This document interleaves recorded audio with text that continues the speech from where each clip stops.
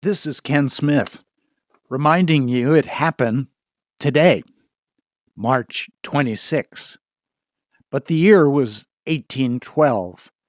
An earthquake measuring 7.7 on the Richter scale destroys 90% of the city of Caracas, Venezuela, and kills an estimated 15 to 20,000 people.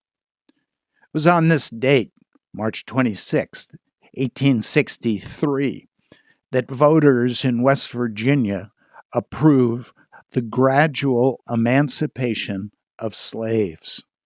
It was this day, 1910, that the United States government forbid immigration of criminals, terrorists, paupers, and the sick.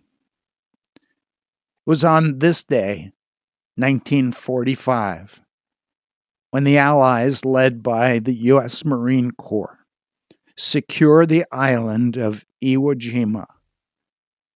18,000 Japanese and 6,000 Americans were killed. It was on this date, 1953, when Dr. Jonas Salk announces vaccine to prevent polio. And the number one song, March 26, 1955, The Ballad of Davy Crockett. The best movie of the year in 1958 at the 30th Academy Awards, The Bridge on the River Kwai. It was on this date, 1977, that Focus on the Family was founded by Dr. James Dobson. 2 years later, 1979, March 26th, Israeli Prime Minister Menachem Begin and Egyptian President Anwar Sadat signed the Egypt-Israeli Peace Treaty in Washington, D.C. It was on this day, 1980, that my son, Tom Smith, was born in Princeton, New Jersey. Happy birthday, Tom. That all happened in the past, March 26th. It was today, March 26th, 2020, that Iran has now been seen by the U.S. State Department as falsifying their reports about the extent of the virus in Iran. Anyone who speaks out honestly will be imprisoned. And that's in light of a day when 1/3 of the world is currently confined to their homes in lockdown. There is a real front line of those who are protecting and bringing about healing. It's the front line of doctors and nurses. And there's growing concern for their welfare.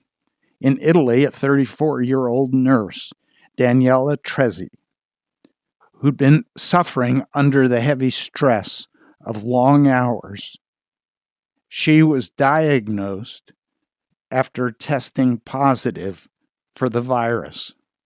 It affected her so much that she became terrified that she was infecting her patients in the emergency room. She took her life. But there are other ways that the stress is showing. Anna Jones had her first shift completed at St. Rose Hospital in Las Vegas. She works in the emergency room as a nurse. She received an email from her landlord.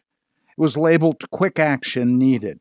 Her landlord, a quiet old woman who lived downstairs from Jones and her husband, informed her that she would need to leave the apartment within 24 hours.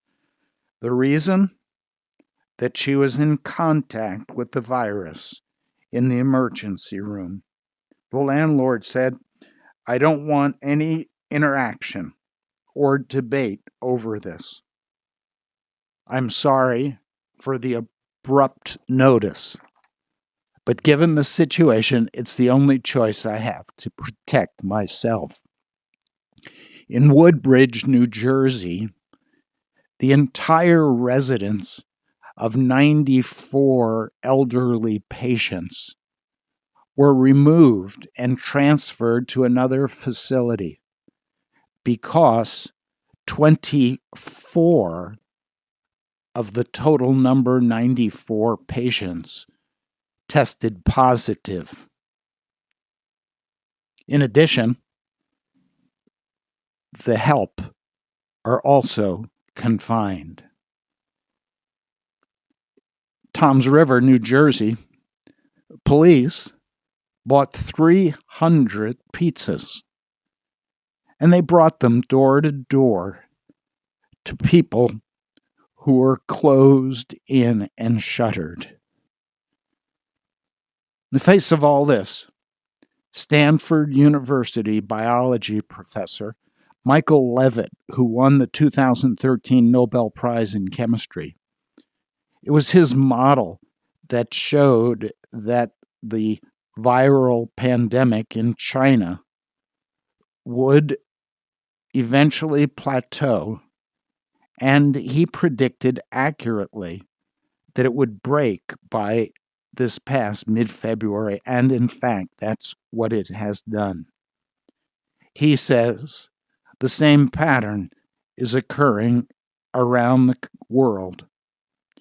He says what we really need is to control the panic. We're going to be fine. This is not, Levitt says, the end of the world.